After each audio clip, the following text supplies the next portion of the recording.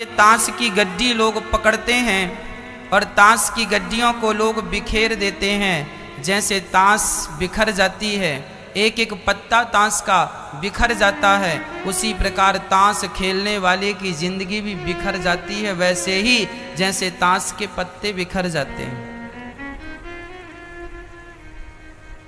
जैसे ताश के पत्ते बिखर जाते हैं, वैसे ही जुआ खेलने वाले की जिंदगी बिखर जाती है। इसलिए जिंदगी बिखरे ना, जिंदगी निखरे, उसके लिए भगवान का चिंतन द्यूतम पानम। कलयुग का दूसरा ठिकाना शराब। शराब बिल्कुल ना पीजिएगा, शराब पियोगे तो सर्वनाश हो जाएगा। शराब बहुत बुरी चीज है। एक पंडित जी थे, अंग्रेजों का जमाना था। पंडित जी शंकर जी की पूजा करने जा रहे थे, सावन का महीना चल रहा था। अंग्रेज ने पकड़ लिया, ए पंडित जी यहाँ आओ। पंडित जी आए, क्या हुआ? अब अंग्रेज अपने कमरे में ले गया और पंडित जी की कनपट्टी पर बंदूक रख दी और बंदूक रख कर कहा, तुम्हें हम 4 चीजें देंगे, 4 में से एक भी तुमने ग्रहण कर ली तो हम तुम्हें गोली नहीं मारेंगे, और तुमने यदि नहीं ग्रहण किया तो मौत निश्चित है। क्या है? अंग्रेज ने कहा, ये मांस रखा है, पंडित जी आप मांस खा लो। पंडित जी ने कहा, हमें गोली मार दो, हम मरना पसंद करेंगे पर अपने धर्म का त्याग करना पसंद नहीं करेंगे। हमारा धर्म हमें ये नहीं सिखाता कि हम मांस खाएं, इसलिए हम मरना पसंद, गोली मार दो। अंग्रेज बोला, बड़ा पक्का है। अच्छा दूसरा ऑप्शन, चलो तुम मांस नहीं खाते, कोई बात नहीं, ये देखो सुंदर सी स्त्री खड़ी है, जरा इस स्त्री के पास चले जाओ। पंडित जी ने कहा, राम राम राम राम राम राम, हमारे धर्म में पराई स्त्री या तो माँ होती है या बहन होती है या बेटी होती है। मैं इसको माँ, बहन और बेटी के रूप में तो देख सकता हूँ, पर किसी गलत भाव से पराई स्त्री को नहीं देख सकता। मैं मरना पसंद करूँगा पर अपने धर्म को छोड़ना पसंद नहीं करूँगा। मार डालो मुझे, पर ये स्त्री का सेवन नहीं कर सकता, मैं भोग की दृष्टि से नहीं देख सकता मैं इसे। अच्छा, अंग्रेज बोला, बड़ा पक्का भारतीय है। अच्छा चलो तीसरा ऑप्शन है, क्या? ये लो बहुत सारा पैसा पड़ा है, ले जाओ। तुम भीख मांगते रहते हो, घर घर जाके भिक्षाम देही भिक्षाम देही, लो ये पैसा उठाओ और जाओ। पंडित जी बोले, राम राम राम राम राम राम, मैं भीख मांग कर खाता हूँ। भीख मांग कर इसलिए तो खाता हूँ कि भीख मांग कर खा लूंगा, पर गलत ढंग से कमाया हुआ पैसा नहीं खाऊंगा, इसलिए तो भीख मांगता हूँ। ब्राह्मण भीख क्यों मांगता है? क्योंकि वह धर्मनिष्ठ होता है, वो भीख मांग सकता है, उसे भीख मांगने में संकोच नहीं है, पर वह गलत नहीं कर सकता। इसलिए ब्राह्मण को धन केवल भिक्षा, ब्राह्मण को भिक्षा मांगने में लज्जा नहीं आनी चाहिए, क्योंकि हम वह ब्राह्मण हैं। सुदामा भी भिक्षा मांगते थे। भिक्षा मांगना ठीक है, पर चोरी करना, भ्रष्टाचार करना, गलत ढंग से पैसा कमा के धनवान हो जाना क्या सही है? अरे ईमानदारी की गरीबी अच्छी है, बेईमानी की अमीरी अच्छी नहीं है मेरी माँ। ईमानदारी की गरीबी अच्छी है, बेईमानी की अमीरी अच्छी। बात समझ में आई? इसलिए पंडित जी ने कहा, गोली मार दो, हम मर जाएंगे पर अपना धर्म नहीं छोड़ेंगे। अच्छा, अंग्रेज ने कनपट्टी पर यहां बंदूक जमाई और कहा, चल चौथा ऑप्शन है, क्या? बोले, ये शराब पी लो। अब पंडित जी ने विचार किया, शराब ही तो है। अच्छा, पंडित जी को शराब के बारे में कोई बहुत जानकारी नहीं थी। पंडित जी को लगा शराब पानी की तरह है, पिएंगे निकल जाएगी, इसके चक्कर में कम से कम जान तो बच जाएगी, नहीं तो ये गोली मार देगा। तो पंडित जी शराब के बारे में कोई जानकारी ना होने से जान बची, उसके चक्कर में कि चलो प्राण बच जाएंगे, शराब है पिएंगे निकल जाएंगी। अंग्रेज ने कहा चलो शराब पियो। पंडित जी ने शराब पीनी शुरू कर दी। 1 पैक, 2 पैक, 3 पैक, 4, खूब शराब पी। और जब शराब पी ली तो अंग्रेज वहां से चला गया और पंडित जी अब शराब के नशे में डूब गए। और जब शराब का नशा चढ़ा तो पंडित जी के पास जो ज्ञान था, ओरिजिनल ज्ञान, जिस ज्ञान के बल पर वो कहते थे कि मैं स्त्री को नहीं स्पर्श करता, मैं पैसे को नहीं छूता गलत ढंग से, मैं मांस नहीं खाता, जब वो शराब पी लिए तो उनका जो ज्ञान था, विवेक था, वो दब गया और शराब का नशा हावी हो गया। जैसे ऑपरेशन के पहले डॉक्टर शून्य कर देता है उस अंग को, तो वहाँ कितना भी चीरा फाड़ी करो आदमी को दर्द नहीं होता, क्योंकि वह अंग शून्य होता। उसी प्रकार जो शराब है वह आपके मस्तिष्क में जाकर आपके विवेक को, आपकी बुद्धि को, सोचने समझने निर्णय लेने की क्षमता, संस्कार, संस्कृति, यहाँ जाकर वो सबको शून्य कर देती है और जानवरों की तरह व्यवहार करना सिखा देती है शराब। पंडित जी ने भी वही किया। जिस महिला को कह रहे थे कि ये हमारी माँ बहन बेटी है, शराब के नशे में उसे छेड़ने लग गए। शराब के नशे में जिस मांस का वो ज्ञान दे रहे थे कि ये मांस खाना गलत है, शराब का नशा चढ़ा तो वो खाने लगे और वो पैसा सोचने लगे कौन भीख मांगता रहे, पैसा है तो लेकर चले गए। शराब क्यों नहीं पीना चाहिए? शराब इसलिए नहीं पीना चाहिए कि आपकी निर्मल बुद्धि को यदि कोई बिगाड़ सकता है तो शराब बिगाड़ सकती है। पंडित जी की बुद्धि कितनी अच्छी थी पर शराब पीने के बाद कैसी हो गई?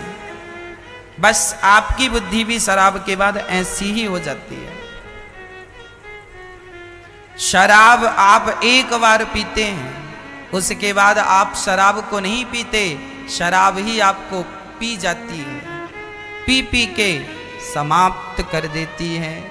इसलिए शराब पीने वाले जरा विचार करें कि आज तक के इतिहास में शराबियों ने अपने आपको और अपने परिवार को कोई सुख नहीं दिया सिवाय दर्द के। सिवाय शराब पीने वाले की पत्नी रोती है, बच्चे परेशान होते हैं।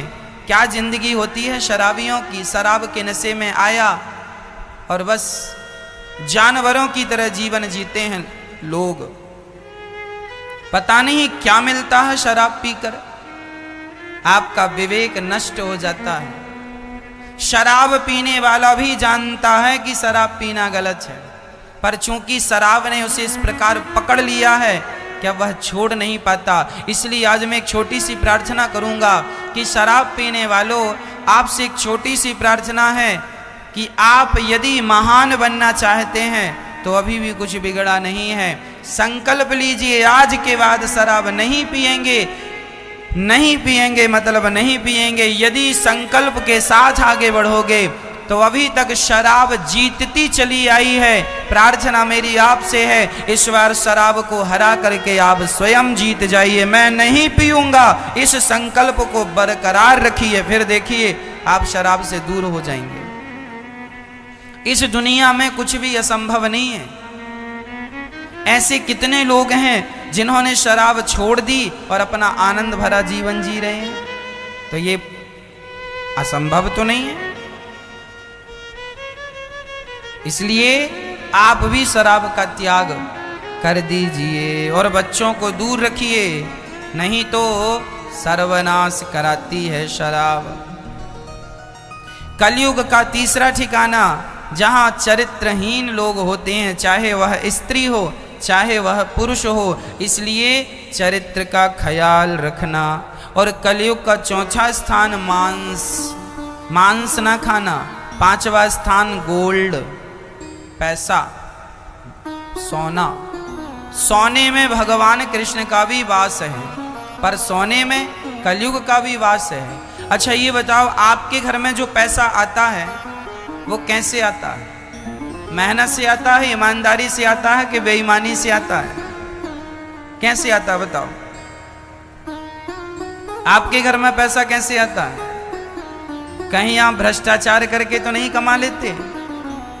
अरे भाई सरकार तो 30,000 रुपए देती है, जरा घूस लेंगे तो 30,000 एक बार में ही मिल जाएगा। लाखों कमा लेते हैं। लाखों कमा के तुम धनवान तो हो जाओगे, लेकिन जानते हो उस सभी पैसों का हिसाब चुकाना पड़ता है। ईश्वर हमसे हिसाब मांगते हैं, मेहनत का नहीं, तुमने बेईमानी का खाया है। आज हम देखते हैं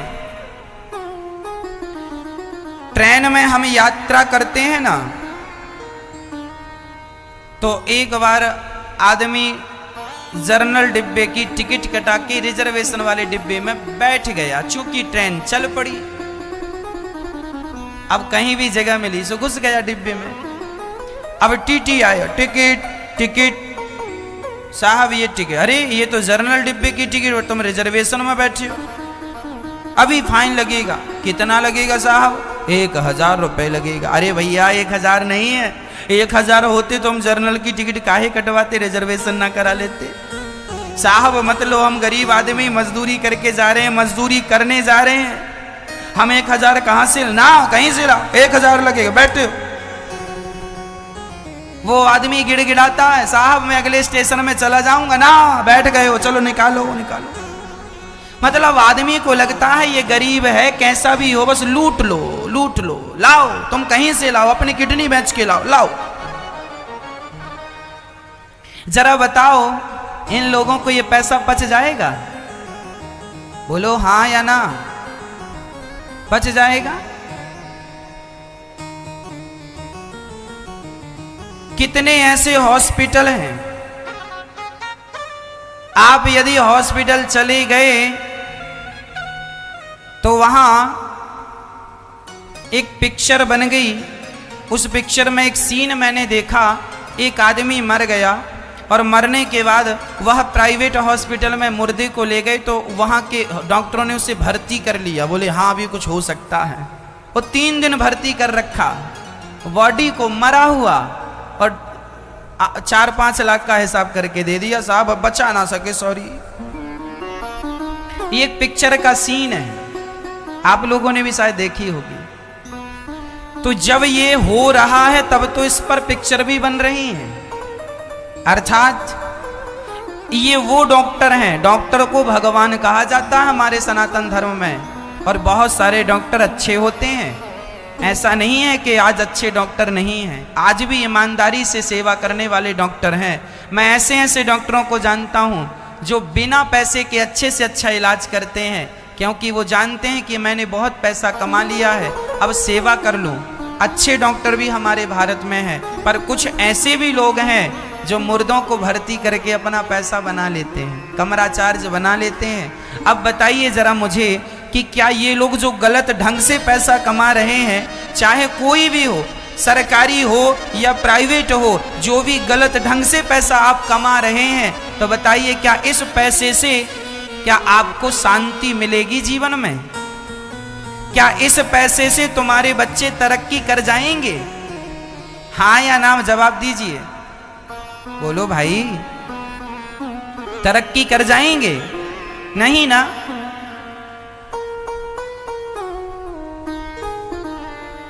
इसलिए कह दो अपने बच्चों को कि बेटा खूब पढ़ना, खूब नाम कमाना, बड़े से बड़े पद में जाना, पर प्रार्थना यही है कि ईमानदारी से अपने भारत देश की सेवा करना, भारत माता की सेवा करना। कभी गलत ढंग से 1 रुपए ना कमाना। गलत ढंग से कमाया 1 रुपए, आग की एक चिंगारी ही बहुत होती है घर को जलाने के लिए। गलत ढंग से कमाया हुआ धन सर्वनाश कर देता। दुर्योधन ने पांडवों का धन हड़प लिया कि नहीं, लूट लिया कि नहीं, जुआ में गलत तरीके से धन कमा लिया, परिणाम। इसलिए कहा करता हूं गलत तरीके से धन ना कमाइएगा, मेहनत कीजिएगा, ईमानदारी से अपने काम को आगे ले जाइएगा, ईमानदारी से चलिएगा। ईमानदारी से चलेंगे ना भक्तों, तो आपको नमक रोटी भी स्वादिष्ट लगेगी, और बेईमानी का हलवा पूड़ी खा के देखना, उसमें बिल्कुल स्वाद नहीं आएगा, आपको बिल्कुल अच्छा ना लगे, क्योंकि बेईमानी का। और मेहनत की तो नमक रोटी अच्छी लगती है। इसलिए ईमानदारी, बेईमानी नहीं। तो जो मेहनत की कमाई का धन है हाँ, उसमें कृष्ण का वास होता है। और जो पाप की कमाई का धन है उसमें कलयुग का वास होता है। मेहनत का धन कोई चुरा नहीं सकता, याद रखना। मेहनत का धन कोई चुरा नहीं सकता। मैं बचपन में मेरे साथ एक घटना घटी, मुझे आज याद आ गई, मैं आपको सुना देता हूं। मेहनत का धन क्या होता है मैं जानता हूं। मेरा अपना प्रैक्टिकल है, मेरा अपना तजुर्बा है, मेरा अपना अनुभव है। मैया जी, जब हमारी उम्र लगभग 9 साल की 10 साल की रही होगी, जब हम 10 वर्ष के थे, तब हमारा एक दोस्त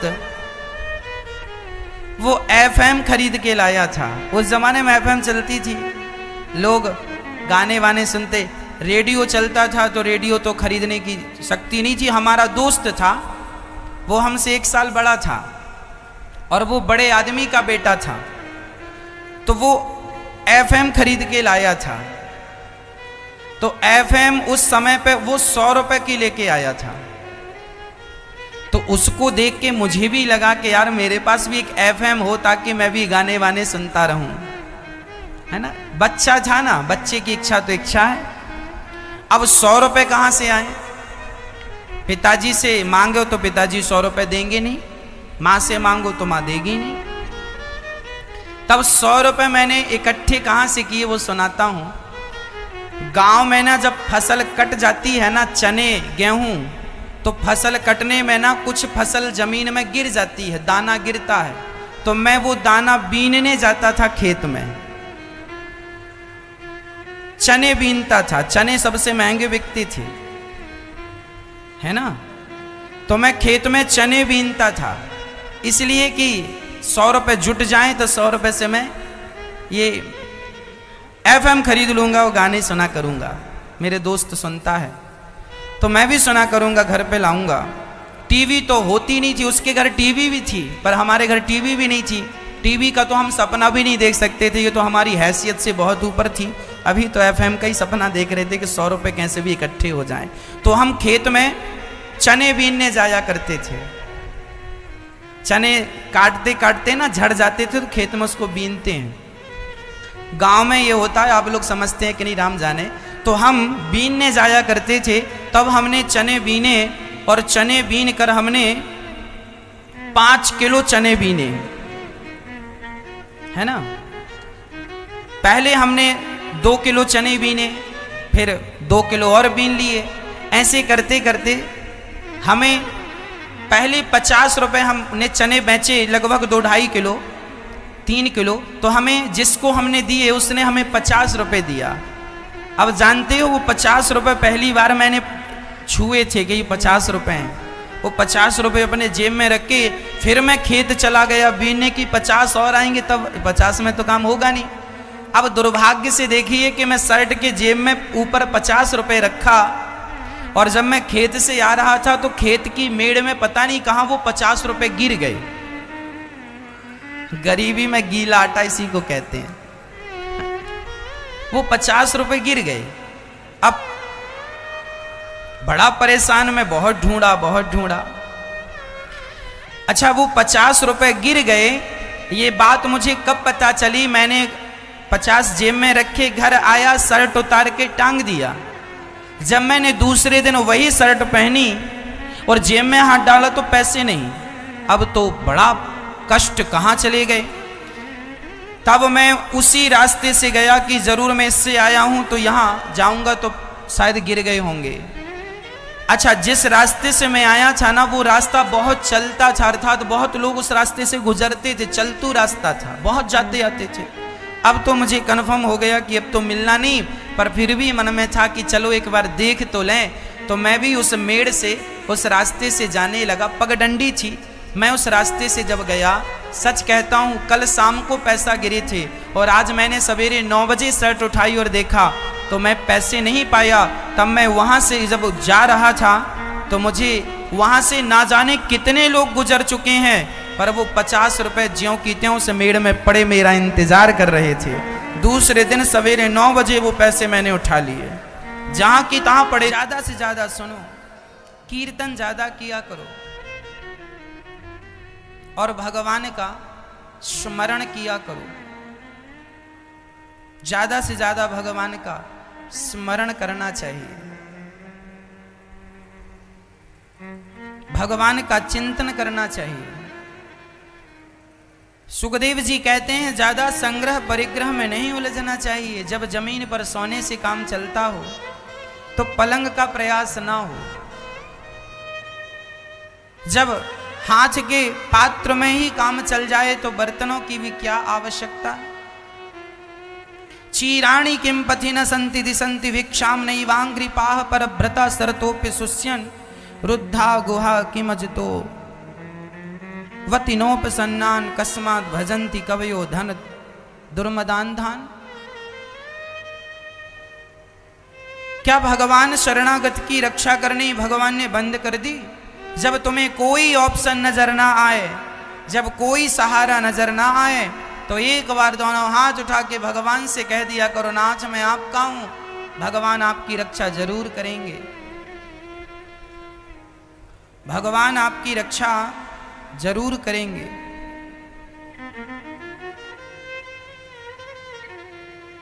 जरूर करेंगे।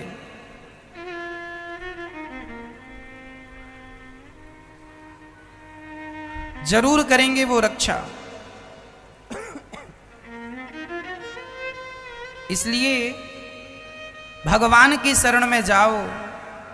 सुखदेव जी भगवान की स्तुति करते हैं और परीक्षित को भागवत के 10 लक्षणों का उपदेश करते हुए भगवान के स्वभाव का परिचय देते हैं। राजन सुनो, जब भगवान इस धरती से चले गए तब भगवान के जाते ही उन्होंने विदुर जी को याद किया और विदुर जी मैत्रेय जी के पास चले गए। प्रभु बताइए मेरा उद्धार, मेरा कल्याण कैसे होगा, मेरा कल्याण कैसे होगा। तब विदुर जी से मैत्रेय जी ने कहा, मैत्रेय जी से विदुर जी ने प्रश्न किया, सुखाय कर्माणि करोति लोको, सारी दुनिया सुख का प्रयास करती है पर सिवाय दुख के कुछ नहीं मिलता, बताओ। तब मैत्रेय जी ने कहा, विदुर जी ने पूछा भगवान ने इतने अवतार धारण क्यों? ये विदुर जी कौन है? ने कहा एक छोटा सा मैं आपको परिचय दूं। ये जो विदुर जी हैं ना, ये भगवान के अनन्य भक्त हैं। ये विदुर जी नहीं चाहते थे कि महाभारत हो, पर विदुर जी को कोई मानता ही नहीं था। दुर्योधन के कार्यकाल में ना उसने अपने से बड़ों की कभी बात नहीं मानी, ना तो पितामह की मानता, ना पिता की मानता, ना तो विदुर की मानता, ना तो गुरु जी की मानता। दुर्योधन किसी की नहीं मानता था, मनमानी करता था। और जो व्यक्ति मनमानी करने लगता है उसका सर्वनाश निश्चित होता है। इसलिए गुरु जी हैं, माता हैं, पिता हैं, बड़े हैं, एक बार पूछ लो कि वो जो क्या कह रहे हैं सही कह रहे हैं गलत कह रहे हैं। पूछ लेने में क्या बुराई है? मैं कोई भी काम करूं आपसे सलाह ले लूं तो क्या नुकसान होगा मेरा? 10 लोगों से सलाह लेना चाहिए ताकि 10 प्रकार का नॉलेज हो, 10 प्रकार की बातें होंगी, उसमें आप चुन लेना सबसे बेस्ट ऑप्शन क्या है, बढ़िया क्या है। पूछना जरूरी है। विदुर जी समझा रहे हैं धृतराष्ट्र को, महाभारत ना करो, ये तुम्हारा दुष्ट दुर्योधन बड़ा दुष्ट है, त्याग दो इसे। विदुर जी कहते हैं सुनो, यदि शरीर के एक उंगली को काट देने से संपूर्ण हाथ की रक्षा हो रही हो और डॉक्टर कहे कि उंगली में पॉइजन हो गया है, जहर हो गया है, इसे काट दो नहीं तो हाथ बिगड़ जाएगा, हाथ काटना पड़ेगा, तो उंगली काटने से यदि हाथ बचता है तो उंगली काट देना चाहिए कि नहीं? हाँ या ना? यदि एक हाथ को काट देने से संपूर्ण शरीर की सुरक्षा हो रही है तो हाथ काट देना चाहिए कि नहीं? डॉक्टर काट देते हैं, पॉइजन ज्यादा हो जाता, कहते हैं संग को काट दीजिए, किसी का पांव किसी का हाथ कट जाता। यदि जान बच रही है हाथ और पांव काटने से तो उसकी जान बचाने के लिए हाथ पांव काट देना चाहिए। यदि एक व्यक्ति का त्याग कर देने से संपूर्ण परिवार सुरक्षित होता है, उस व्यक्ति का त्याग कर देना चाहिए। एक परिवार का त्याग कर देने से यदि एक शहर की रक्षा होती है तो उस परिवार का त्याग कर देना चाहिए। एक शहर का त्याग कर देने से यदि राज्य की रक्षा होती है तो शहर का त्याग कर देना चाहिए। एक राज्य का त्याग कर देने से यदि देश की रक्षा होती है तो उस राज्य का त्याग कर देना चाहिए। और एक देश का त्याग कर देने से यदि संपूर्ण विश्व की रक्षा हो रही है तो उस देश का त्याग कर देना चाहिए। विदुर जी महाराज विदुर नीति में कहते हैं। कितनी बढ़िया नीतियां हैं हमारी, इन नीतियों को कोई पढ़ता ही नहीं, समझता ही नहीं, सुनता ही नहीं। मेरी मां दुर्योधन का यदि धृतराष्ट्र त्याग कर देते तो बताओ लाखों लोगों का जो लहू बहा महाभारत में, क्या वो लहू बहता? क्या लाखों निर्दोष लोग जो मारे गए, क्या वो निर्दोष लोग मरते? केवल एक आदमी की गलती से, दुर्योधन की जिद। कहा था सबने कि पांडव 12 साल का वनवास, 1 वर्ष का अज्ञातवास पूरा करके आ गए, उनका राज्य उन्हें लौटा दो, महाभारत की नौबत ना आए। पर नहीं सुना दुर्योधन ने। और धृतराष्ट्र भी कम नहीं थे, ये भी पुत्र मोह में उलझे, मेरा बेटा बेटा बेटा। अरे बेटा तुम्हारा गलत है, फिर भी तुम छाती से लगा रहे हो। गलत है फिर भी ना, कैसा भी है मेरा बेटा। अरे ये मोह में ना उलझना, कैसा भी है मेरा बेटा ना। तुम्हारा बेटा बेटा लायक है तो बेटा है, नहीं पुत्र और मूत्र। जो बेटा लायक है वह पुत्र माना जाता है, और जो नालायक है वह पुत्र नहीं, मूत्र की तरह है। वो मूत्र की तरह त्याग देना चाहिए ऐसी संतान को जो नालायक है। त्याग दो इसे, दुर्योधन को विदुर जी ने उपदेश दिया। तो दुर्योधन ने क्या, अच्छा मेरे पिता को मेरे खिलाफ भड़का रहे हो? तुरंत दौड़ पड़ा विदुर जी की ओर। विदुर जी समझ गए जहां बड़ों का सम्मान नहीं है वहां रहने की जरूरत। विदुर जी तुरंत धनुष बाण देहरी में रख के चले गए। घास की कुटिया बना के दोनों पति पत्नी, महाभारत में आप सम्मिलित नहीं हुए, दोनों पति पत्नी विदुर और विदुरानी घास की कुटिया बना के भजन करने लगे। वो जानते थे कि भजन से कल्याण होगा, ना दुर्योधन से कल्याण है, ना पांडवों से कल्याण है। ना तुम्हारी बेटी से तुम्हारा उद्धार होना है, ना तुम्हारे बेटे से तुम्हारा उद्धार होना है, तुम्हारे अच्छे कर्मों से, तुम्हारी भक्ति से तुम्हारा उद्धार होना है। इसलिए अभी लग जाओ, कल रोने ना बैठ जाना, कल रोइएगा मत, अभी से जाग जाओ। विदुर जी महाराज सब छोड़कर चले आए। और मैं श्री भगवान जब शांति दूत बनकर आए, प्रस्ताव लेकर पांडवों को 5 गांव दे दो। दुर्योधन ने कहा 5 गांव क्या, मैं सुई की नोक बराबर जगह नहीं दे सकता। भगवान कृष्ण को बंदी बनाने के लिए दुर्योधन, पकड़ लो बंदी बना लो कृष्ण को, ये पांडवों का पक्ष ले रहे हैं। भगवान ने विराट स्वरूप खड़ा कर दिया, बंदी बनाओ। किसे बांधोगे? हमें बांधने चले हो? क्या सूर्य को कोई बांध सकता है? क्या आग को कोई बांध सकता है? ईश्वर सूर्य हैं, उन्हें कौन बांधेगा? पर दुर्योधन को कौन समझाए कि तेरी ये मनमानी तेरे सर्वनाश का कारण बन जाएगी। कहता है पांडवों, कन्हैया से मेरी माँ ने 56 भोग बनाए हैं केशव, खा लो। भगवान बोले हम तेरे घर नहीं खाएंगे, हम विदुर जी के घर खाएंगे। दुर्योधन की मेवा त्यागी, साग विदुर घर खाई, सबसे ऊंची प्रेम सगाई। विदुर जी के घर गए और विदुरानी ने भगवान को बढ़िया छील छील के वो भाव में डूब गई और छिलके फेंकती जाती, फल फेंकती जाती और छिलका श्याम सुंदर को पकड़ाती जाती और भगवान छिलकों का भोग लगाते जाते। तब विदुर जी मेवा मिष्ठान लेके आए। विदुरानी से कहा तुमने क्या खवा दिया, ये खवाओ। जब भगवान ये सब खाने लगे तो भगवान ने खाते हुए कहा विदुर जी, जो स्वाद मुझे इन छिलकों में आया वो आपके मेवा मिष्ठान में नहीं है। क्यों? भाव का भूखा हूं मैं, भाव ही एक सार है, भाव से भज ले मुझे तो भव से बेड़ा पार। मैं भाव का प्रेमी हूं, मैं वस्तु को नहीं पसंद करता, मैं उस भाव को ग्रहण करता हूं। मैं वस्तु को ग्रहण नहीं करता, मैं भाव को ग्रहण करता हूं। भाव होना चाहिए, भाव होना चाहिए। भगवान ने विदुरानी के छिलके खाए और दुर्योधन की मेवा त्यागी। अब बताओ मैया, भगवान खाते क्या हैं? क्या खाते हैं भगवान?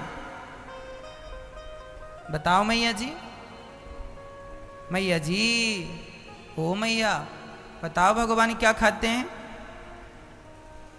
भगवान वो चीज खाते हैं जो आप भगवान को भाव और श्रद्धा से समर्पित करते हैं। भगवान वो सब खाते हैं जो आप भाव से देते हैं, प्रेम से देते हैं।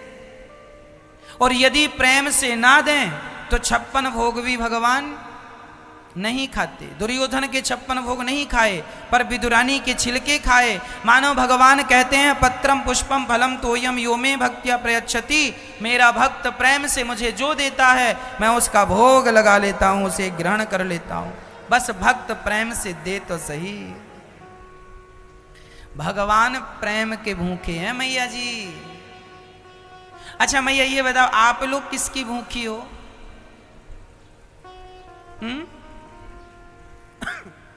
आप अपने पति से क्या चाहती हो? प्रेम। आपका पति कहे कि हमारे पैसे पूरे तुम रख लो, हमारा घर सब तुम ले लो, पैसा ले लो, घर वर सब ले लो, सब ले लो, पर हम तुमसे प्रेम नहीं करेंगे। हम तुम्हें घर दे सकते हैं, तुम्हें गाड़ी दे सकते हैं, सब दे सकते हैं, महीने का 50,000 दे सकते हैं, पर प्रेम नहीं करेंगे तुमसे। तो क्या आपको घर अच्छा लगेगा? पैसा अच्छा लगेगा? क्या अच्छा लगेगा? अरे एक स्त्री अपने पति से केवल प्रेम चाहती है। एक बेटा अपनी माँ से प्रेम चाहता है, एक माँ अपने बेटे से सिर्फ प्रेम चाहती है। अरे बूढ़ी सी माँ अपने बेटे से कोई धन दौलत थोड़ी मांगती है। प्रेम से बेटा मुझे प्यार से माँ कहता रहे, प्यार करता रहे, पूछता रहे, प्यार से रोटियां देता रहे। माँ प्रेम चाहती है, माँ धन दौलत नहीं चाहती। छोटे छोटे बच्चे भी ना प्रेम की भाषा समझते हैं। छोटे से बच्चे को आप डांट दोगे ना रोने लग जाएगा, और प्रेम से पुचकारोगे तो हंसने लग जाएगा। प्रेम की भाषा तो छोटे छोटे बच्चे भी जानते हैं, हाँ या ना? 1 महीने का बच्चा भी प्रेम पहचानने लगता है, हाँ या ना? तो यदि आपको और हमको प्रेम चाहिए तो बताओ क्या भगवान को वस्तु चाहिए? भगवान को आप लोग क्या देते रहते हैं? आप लोग भगवान को मिठाई का डिब्बा देते रहते हैं, आप भगवान को फूलों का हार देते रहते हैं, आप भगवान को पैसा देते रहते हैं। ये चाहिए भगवान को? फिर क्या चाहिए? केवल प्रेम। बिहारी जी के मंदिर में एक बार हम खड़े थे और वहां पर लोगों की बड़ी भीड़ लगी थी। बिहारी जी का पर्दा बंद था और जैसे ही पर्दा खुला दर्शन शुरू हुए। एक सज्जन को मैंने अपनी आंखों से देखा कि उसके हाथ में 250 ग्राम के मिठाई का पेड़ों का डिब्बा था। उसने पूरा पेड़ों का डिब्बा बिहारी जी की तरफ फेंक दिया यूं। अब सोचो कि वो जाके भगवान को लगता तो भगवान की क्या हालत होती। आज लोग ऐसे ही करते हैं। आप लोग मंदिर जाते हैं ना तो 1 रुपए निकालते हैं और मंदिर के अंदर फेंक देते हैं, ये लो। अच्छा भगवान को पैसा फेंक के दे रहे हैं, वाह वाह वाह, ये तुम्हारी समझदारी है। कई लोग ना भगवान की तरफ मिठाई फेंक देते हैं, लो। अच्छा तुम्हें हम बुलाएं अपने घर और तुम्हें भी फेंक फेंक के रोटियां परो, लो सब्जी लोगे फेंक के दे दे, लो। आपको अच्छा लगेगा? तो भगवान के साथ ऐसा व्यवहार करते हैं और सोचते हैं आपकी भगवान हमारी सुनेंगे। फिर अच्छे से सुनेंगे भगवान, ऐसे नहीं। ये मर्यादाएं नहीं है, भगवान है वो, ऐसे नहीं होता। फिर कैसे होता है? बिहारी जी के मंदिर जाओ, लड्डू पेड़ा जो खरीदना है खरीदो, पर फेंक के देने। अब लोगों ने माला खरीदा 100 रुपए 50 रुपए, और माला खरीद करके वो भगवान जी की तरफ वो जोर से फेंक दी, तो क्या हुआ? फेंकने से चढ़ गई। लोगों को पता ही नहीं कि करना क्या है, सिद्धांत ही नहीं पता।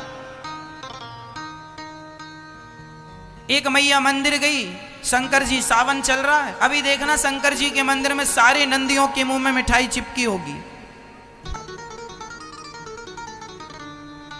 हमारी माताएं मंदिर जाती हैं, नंदी के मुंह में मिठाई चिपका के आ जाती है, उनको लगता मुंह में चिपका देंगे तो नंदी खा लेगा।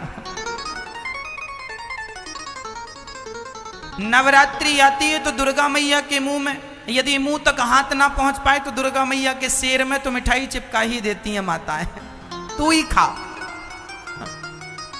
तू ही खा। शेर के मुंह में मिठाई चिपका दी, चिपकी है मिठाई। माता जी के मुंह तक हाथ पहुंच गया तो माताएं माता जी के मुंह में मिठाई चिपका देती हैं। ये भक्ति है आपकी, ये है भक्ति। भारत इतना अज्ञानी नहीं था जितना आज हो चुका है।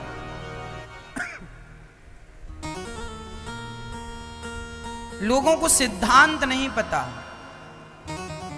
लोग ना पूजा पाठ डर के मारे करते हैं, डर के, अरे ना करेंगे तो कहीं हमारा नुकसान। अरे आज हम आपको सही तरीका बताएंगे हर चीज का।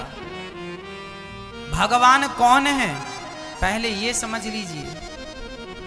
बताओ, आप लोग मंदिर जाते हो ना बिहारी जी से मिलने, बताओ बिहारी जी आपके रिश्ते में क्या लगते हैं?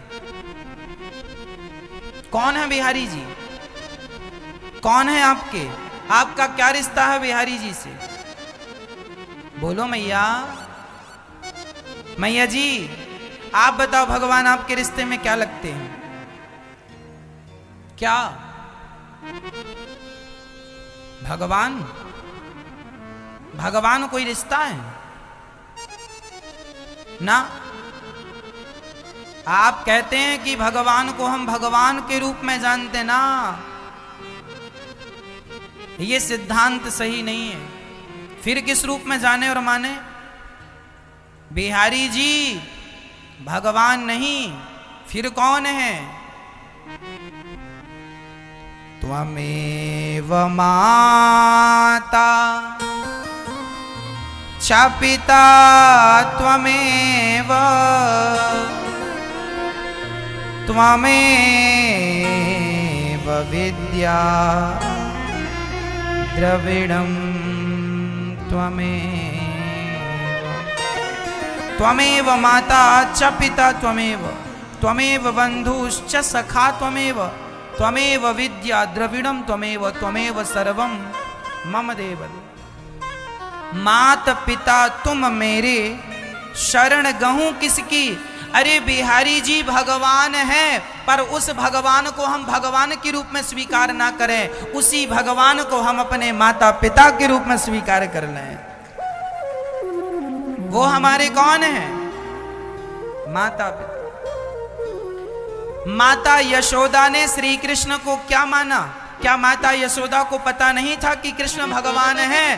पर उस मां यशोदा ने श्री कृष्ण अर्थात भगवान को भगवान के रूप में स्वीकार नहीं किया, उन्होंने उन्हें पुत्र के रूप में स्वीकार किया।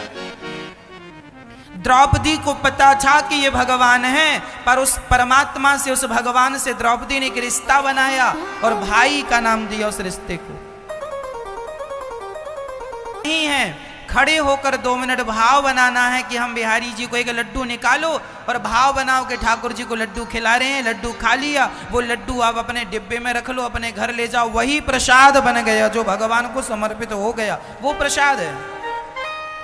आपने माला खरीदी, हार खरीदा, भाव बनाओ कि भगवान को हम समर्पित, अभी हमने भाव से माला भी समर्पित की ना, तो भाव से कर दिया ना, वो प्रसादी हो गई, वो भाव ही है। फेंक दिया तुमने यूं करके तो चढ़ेगा, ऐसी बात नहीं है। जो भाव से तुमने समर्पित किया वो चढ़ गया। इसलिए मैया क्या चाहिए भगवान को? भाव चाहिए, भाव का भूखा हूं मैं। एक बार श्री हरिदास जी महाराज निधि वन में भगवान का चिंतन कर रहे थे। एक सत्य घटना मैं आपको सुनाने जा रहा हूं। हरिदास जी महाराज का नाम सुना है, जिन्होंने बिहारी जी को प्रकट किया है। ये हरिदास जी कौन है? जिन्होंने बिहारी जी को निधि वन से प्रकट किया। श्री हरिदास जी निधि वन में बैठे बैठे एक दिन आंख बंद किए भगवान कृष्ण का और प्रियतमा अर्थात श्री राधा रानी का, प्रिया और प्रियतम दोनों का ध्यान कर रहे थे।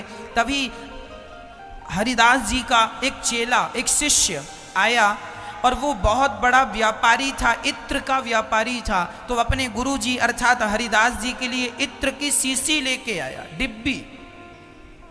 जब इत्र लाया तो इत्र वो लेकर जाने लगा। हरिदास जी ध्यान मग्न थे, आंखें बंद थी, भाव में डूबे थे। तो सेठ जी ने अपने सेठ को लगा कि शायद इत्र पकड़ाऊंगा तो इनकी समाधि खुल जाएगी। तो सेठ जी ने अपना हाथ श्री हरिदास जी के इत्र हरिदास जी के हाथों में दे दिया। अब जैसे ही वो इत्र हरिदास जी के हाथों में आया, उसी समय ध्यान मग्न हरिदास जी डिब्बी का ढक्कन खोलते हैं और सारा इत्र वहीं पर गिरा देते हैं। सेठ जी को बड़ा बुरा लगा, इतना महंगा इत्र गुरुजी को लाया और गुरुजी ने तो जमीन में गिरा दिया। राम राम राम, गुरुजी को कीमत नहीं पता इसकी। अब वो चेला बैठ गया सेठ जी। 1 घंटे बाद जब हरिदास जी का ध्यान खुला तो उसने कहा, हमें आपसे शिकायत है। कौन सी? हमने आपको इतना महंगा इत्र दिया और आपने यहाँ निधि वन में गिरा दिया सारा इत्र। तब हरिदास जी समझ गए कि इसे सच्चाई बतानी ही होगी।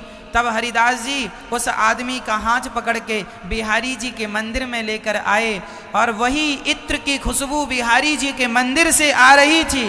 वो हैरान हो गया, महाराज ये इत्र की खुशबू तो आपने वहां पे गिराया निधि वन में, और ये बिहारी जी के मंदिर से कैसे आ रही है? तब हरिदास जी ने कहा, जब तुमने मेरे हाथ में वो इत्र की शीशी पकड़ाई, उसी समय मैं भाव से श्री राधा रानी और श्याम सुंदर दोनों होली खेल रहे थे और मैं होली का दर्शन कर रहा था। श्याम सुंदर ने पिचकारी भरी और राधा रानी के ऊपर छोड़ी, तभी राधा रानी का रंग खत्म हो गया, पानी पानी रहा। तब तुमने उसी समय इत्र पकड़ा दिया, तो मैंने राधा रानी की बाल्टी में वो सारा इत्र डाल दिया और राधा रानी से कहा कि वो गुलाल डाल रहे हैं, रंग डाल रहे हैं, जरा आप खुशबू से भरा पानी श्याम सुंदर के ऊपर छोड़िए। तो राधा रानी ने बिहारी जी के ऊपर वो इत्र से भरी पिचकारी छोड़ी। तो हरिदास जी ने इत्र गिराया कहाँ? निधि वन में। और गिराते समय भाव क्या था कि हम बिहारी जी के लिए गिरा रहे हैं। तो राधा रानी पिचकारी में भर के मार रही हैं। तो देखो, जब भाव ये था कि ये बिहारी जी तक जाए, तो लो वही खुशबू बिहारी जी के मंदिर से आ रही है कि नहीं, मतलब तेरा इत्र गिरा नहीं है, वो भगवान तक पहुंच गया। ये है मानसिक पूजा। हम शरीर से कहीं हो पर मन से भगवान के श्री चरणों से जुड़े रहें। भगवान के श्री चरणों से, हे नाथ मैं आपको कभी भूलूं नहीं, आप हमारे सब कुछ हैं, सब कुछ आप हमारे हैं। हमें तो ये भी नहीं पता कि पूजा कैसे करें, पाठ कैसे करें, कुछ भी, हम तो अज्ञानी हैं, पर जैसे हैं सरकार आपके हैं, है ना। ये भाव की बातें हैं भक्तों। भगवान को पाना हो तो भाव की पूजा किया करो, है ना। कपिल श्री मैत्रेय जी ने विदुर जी को कहा कि भगवान नारायण के नाभि से कमल निकला, कमल में ब्रह्मा जी उत्पन्न हुए, ब्रह्मा जी ने सनकादियों को प्रकट किया और फिर 12 भगवान उत्पन्न हुए जिन्होंने हिरण्याक्ष नाम के दैत्य को मार के पृथ्वी की स्थापना की। बोलिए 12 भगवान की। उसके बाद ब्रह्मा जी के शरीर से मनु और शत्रुपा का प्राकट्य हुआ। मनु शत्रुपा ने सृष्टि की, तो मनु शत्रुपा की 3 बेटियां और 2 बेटे हुए। 3 बेटियां आकुति, देवहूति, प्रसूति। आकुति का विवाह रुचि प्रजापति से हुआ, देवहूति का विवाह करदम जी से हुआ। करदम जी की बेटी अब करदम जी की 9 बेटियां हुई, अनुसुईया, कला, अरुंधति इत्यादि 9 ब्रह्मा मानस पुत्रों से ब्याही गईं। अब करदम जी अपनी पत्नी देवहूति से कहते हैं मुझे आज्ञा दो, मैं जाऊं, अपने कर्तव्य को पूरा कर दिया, मैं जाऊं। महाराज अभी एक कर्तव्य और रह गया है, मुझे एक पुत्र की कामना है। करदम जी रुके और माता देवहूति के गर्भ से एक सुंदर सा पुत्र हुआ, कपिल भगवान हुए। कपिल भगवान के होते ही करदम जी चल पड़े। बोलिए कपिल देव भगवान की। कपिल देव जी अब समझदार, वो तो भगवान ही थे। करदम जी चल पड़े। यहाँ एक छोटा सा संदेश आपके लिए, बच्चे समझदार हो जाएं, जिम्मेदार हो जाएं, तो जरा बच्चों से दूरी बना लेना चाहिए, है ना भैया। आपकी बेटी शादी हो गई, विवाह कर दिया, बेटी अपने घर में कुशल से है, तो माँ को जरा अपनी बेटी से दूरी बना लेना चाहिए। ज्यादा से ज्यादा नजदीकियां भगवान से होनी चाहिए। और आप लोगों की नजदीकियां ना, माँ की नजदीकी बेटी से और पिता की नजदीकी बेटे से, ये नजदीकियां जल्दी से जाती नहीं है। आदमी बूढ़ा हो जाता है फिर भी वो संसार में उलझा पड़ा है, मेरा बेटा, मेरा नाती, मेरा पोता, मेरी बेटी, इनसे तुम्हारा उद्धार हो जाएगा, कल्याण हो जाएगा। अरे सोइए मत, जागो भक्तो, अपना नाश ना कर लेना। ये मनुष्य का शरीर बड़े भाग्य से मिला है, आज मिला है कल मिलेगा इसकी गारंटी नहीं है। शरीर मिला है, मोह ममता में ना उलझाइएगा। आप लोगों का बड़ा प्रेम होता है अपनी बेटी से, क्यों? बेटी अपने घर में व्यस्त है काम धाम में, फिर भी माँ ने फोन लगा के, कैसी हो बेटी, सवेरे भी बात हुई तो शाम को भी, दिन भर बतियाती हो, क्या बातें हैं? 2-2 बार, अरे हफ्ते 15 दिन में एक बार लगा लिया फोन।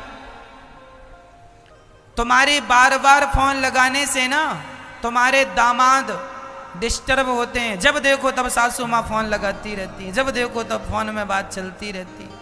इसलिए मम्मी का ज्यादा फोन आना बेटी के पास यह भी ठीक नहीं है। हाल चाल तो लेना चाहिए, पर तुम्हारी ज्यादा नजदीकियों से कहीं बेटी का घर ना बिगड़ जाए। होता है मेरी माँ, भारत में ऐसा होता है, माँ बाप का ज्यादा इंटरफेयर होता है ना बेटी में, तो बेटी जरा सी लड़ाई हो गई, आज पति पत्नी में जरा नोक झोंक हो गई, बात विवाद हो गया, अब बेटी रो रही है, माँ माँ आज इन्होंने ये कह दिया, बहुत डांटा, ये कह दिया, तेरे बाप का है कैसा कह दिया, अरे ऐसा कह दिया, एक काम कर झोला पैक कर, मैं यहाँ भेजती हूँ किसी को, आजा।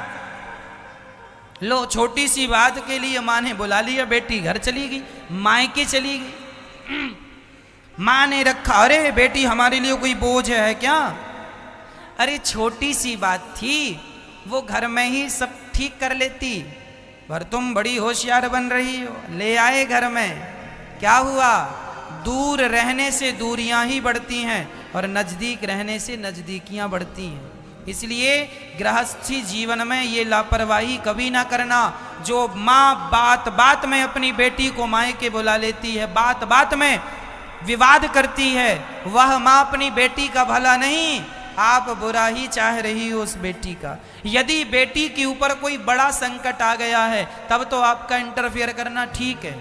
कोई बड़ी विपत्ति है, बड़ी मुसीबत है, तुम्हारी बेटी को जरा प्रताड़ित किया जा रहा है, तब आप माँ बाप का बोलना उचित है, पर बात बात में बोलना उचित नहीं है।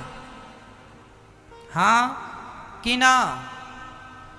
एक लड़की ने मुझे अपनी दास्तां सुनाई, महाराज मैं अपने माँ के घर आ गई, मेरे पति में थोड़ी सी कहा सुनी हो गई, माँ ने कहा घर आ जा, और मैं माँ के घर आ गई, और क्या हुआ, धीरे धीरे वो बातें और बढ़ती गईं। कहावत सुनी होगी, राई का पहाड़, कहावत होती है, छोटी सी बात को लोग राई का पहाड़ की कहावत आप जानते हैं कि नहीं?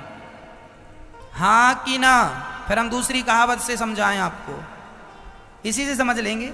अच्छा, राई का पहाड़ अर्थात छोटी सी बात को बड़ी कर देना। छोटे से झगड़े को लोग खींच खींच के बड़ा कर दे। अरे समाप्त करो, रात गई बात गई, खत्म करो। अब एक लड़की मेरे पास आई, गुरुजी मैं अपनी माँ के कहने पर अपने मायके आ गई अपने पति से छोटी सी बात को लेके, और मैं सोची ठीक हो जाएगा, पर बात विवाद बढ़ता गया और परिणाम ये हुआ कि मेरे पति ने मुझे तलाक दे दिया। वो दूसरी शादी कर लिए, और मेरी माँ जो मेरे को बुलाई वो माँ तो अब भगवान के घर चली गई। अब यहाँ मैं ना घर की रह गई ना घाट की। भौजाई रोज पोछा लगवाती है, झाड़ू लगवाती है और ताने और मारती है। कर अपने पति की ना हो सकी, यहां पड़ी है।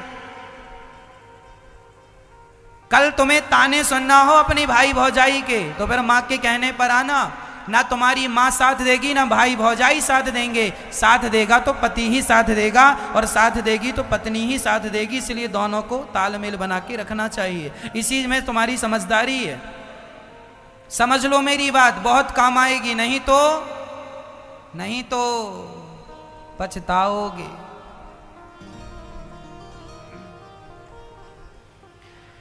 हाँ, और जो लोग बेटा बेटा करते हैं, मेरा बेटा, वो भी समझ लो, ना बेटा काम आएगा ना बेटी काम आएगी। बेटा काम आएगा, कौन काम आएगा? तुमने जो अच्छे पुण्य किए हैं वही पुण्य तुम्हारे काम आएंगे। बेटा तो चिता में जला के चला आएगा, बेटी तो आके रो धो के चली जाएगी, पड़ोसी तो तेरे ही खा के चले जाएंगे। तुम्हारा क्या? जो तुमने पाप किया है अब उसका दंड भोगना पड़ेगा। मान मेरा कहना नहीं तो पछताएगा। ये मिट्टी का खिलौना मिट्टी में मिल जाएगा। भक्तों, धनानि भूमौ पशवश्च गोष्ठे नारी गृहद्वारि जनः श्मशाने देहश्चितायां परलोके मार्गे धर्मानुगो गच्छति जीव एकः। ये बताओ आपके साथ क्या जाता है? हमारे साथ कौन जाएगा? आप हमसे बड़ा प्यार करते हैं तो क्या आप हमारे साथ जाने को तैयार हैं? कहो जी, जाओगे? नहीं। आप अपने बेटे से बहुत मेरा बेटा, नाती, पोता जी, जिनसे तुम प्यार कर रहे हो ये तुम्हारे संग नहीं जाएंगे। जो प्यार करना था भगवान से वो प्यार तो तुमने किया नहीं, और ये संसार के लोगों से प्यार करते फिरते हो। हमारा पैसा संसार तक साथ देता है। डॉक्टर से कहा, डॉक्टर साहब 10 लाख रुपए ले लो पर जान बचा लो। अभी कोरोना काल में लोगों ने 20-20 लाख रुपए देने को तैयार थे। भैया हमारे आदमी की जान बचा लो, व्यक्ति की जान। पैसे जितने लेना ले लो, पर पैसे देने से भी क्या तुम्हारी श्वास बच पाई? इससे ये सिद्ध होता है कि धन यहीं तक साथ देगा, और यहां भी पूर्ण रूप से आदमी का साथ नहीं देता। पैसों से सब खरीदा जा सकता है, तुम्हारी श्वासें नहीं खरीदी जा सकती। हाँ या ना? तो पैसा यहां तक, धनानि भूमौ, आपके गाय बछड़े हाथी घोड़े ये सब वहीं तक साथ देंगे जहां तक बंधे हैं, जहां बंधे हैं। पत्नी कहां तक साथ देगी? पत्नी द्वार तक साथ देती है। रोती रोती पत्नी दरवाजे तक जाती है, और जब जाता है जनाजा अर्थी तो द्वार में जाकर के रोती है। द्वार तक पत्नी का साथ, बेटे का, रिश्तेदारों का, पड़ोसियों का साथ कहां तक? शमशान तक साथ। इन लोगों का साथ कहां तक? तुम्हारे रिश्तेदार कहां तक जाएंगे? शमशान तक। बेटा कहां तक जाएगा? शमशान तक। वहां से सब वापस लौट आएंगे। तुम्हें जलाकर। तुम्हारा शरीर कहां तक साथ देगा? चिता तक। और चिता में शरीर जल गया, उसके बाद की यात्रा आपको अकेले करनी होगी। कौन साथी बनेगा? धर्मानुगो गच्छति जीव एकहा। हमारे द्वारा किया गया पाप और पुण्य वही हमारे अंत में यात्रा का सहयोगी है। हमारा पुण्य हमारे साथ जाता है और हमारा पाप हमारे साथ जाता है। इसलिए पाप ना कीजिएगा, सिर्फ पुण्य की गठरियां